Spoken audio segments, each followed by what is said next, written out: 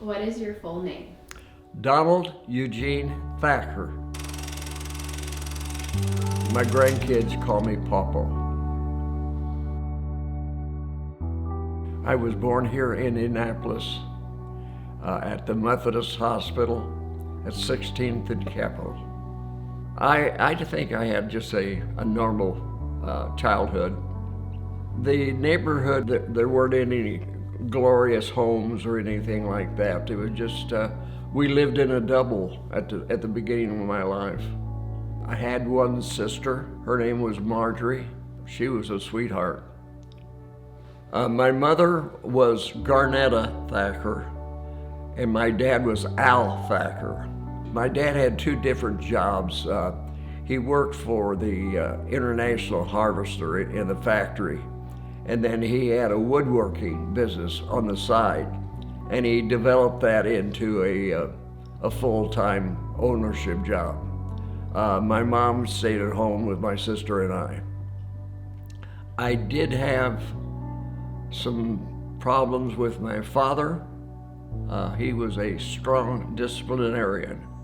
I could tell you some things that would probably surprise you about him, but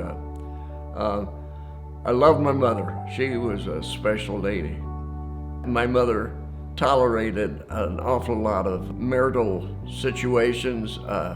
She was dedicated to the two of my sister and I.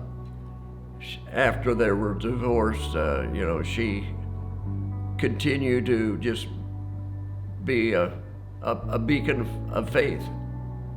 My earliest memory would be there weren't many kids my age within about a 2-block area, but I was able to find some friends. I began at public school number 38. Then I went on to, when we moved to Pennsylvania Street, I went to school 60 and graduated from that grade school. I was good in math. I enjoyed math. Fact of the matter is, my teacher would get upset sometimes because I would recite the answer before she was ready for it. I really didn't have any aspirations about being the President of the United States or anything like that. I just wanted to enjoy life. I was 21. I knew that I was getting ready to be drafted in the Army, and I didn't want to go into the Army. So I had a friend that had once been a Marine recruiter, and he told me about the Marines having a 2-year program. After I went through boot camp training and individual combat training, then I got shipped to Japan along with the other 3rd Marine Division. And then President Eisenhower told us that we needed to get out of there. He wanted to get all the ground troops out of there, so we ended up going to Okinawa.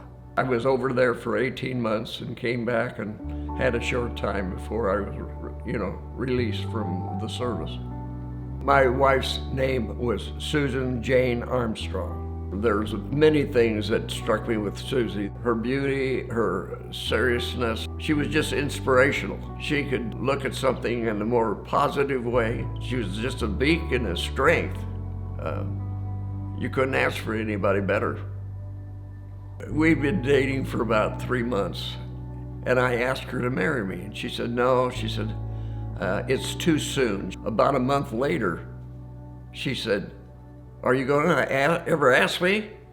And I thought, I'm going to get even with her. I said, "Ask you what?" And she says, "You know damn good well." She said, "Are you going to ask me to marry you?" And I said, "Oh, I thought it was too early." And she said, "Are you going to ask me?" And I said, "Yes, honey. Will you marry me?" We got married on October the 13th. I was just really in awe of her. She was beautiful. You're gonna get me to cry pretty soon. She was intelligent. She was friendly. She was just a special lady. I have 2 children. Mark, my oldest boy, and Jeff, my youngest boy. And both boys have 2 children of their own, a boy and a girl.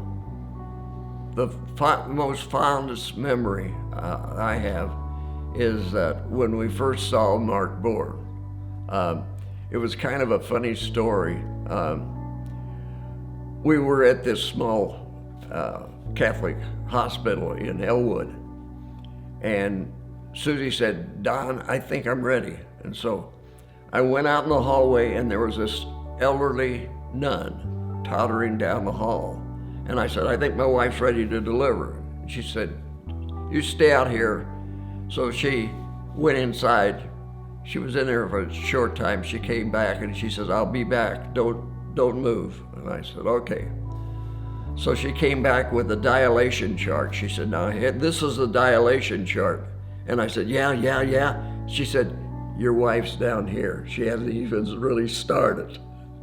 So we had called her mom and dad, and they were hurrying up, thinking they were going to see a brand new grandbaby. But it was quite a while before she finally went into labor. Jeff was a little bit more athletic than Mark, but Mark being bigger and older, he sometimes took advantage of that when they have basketball contests, what have you. Now they are just as thick as thieves. They contact each other at least on a daily basis. I was working 14, 16 hours a day, and she raised the boy. She actually took care of him. There were just a few instances where I really got involved, but most of the time it was Susie that was handling discipline as well as education and what have you. Because of the long hours and the fact that I was working 14, 16 hours a day, 7 days a week, I had an opportunity to start as an insurance salesman up in Elkhart, Indiana. And I was with them for 20 years, and Susie and I made 19 of the president council trips. We would go to Chicago, go to Hawaii, San Francisco, what have you. I'm 88 years old. I just turned 88 October the 28th of this past year. Most of the time I feel like I'm, in early 60s. Unfortunately, God has blessed me with decent health. One of the important things in your life is to be able to look after yourself, enjoy the family that you have, you're surrounded by, and of course, your faith. That's extremely important. I go to Orchard Park Presbyterian Church up in Carmel. I'm a regular attendee. I try to live by a Christian faith. I can't think of anything that I would do over again or do differently. I'm pretty well content with my past, and I'm fortunate enough to be 88 years old and still be able to get around and do some things myself. What's a message you always want your family to remember about you?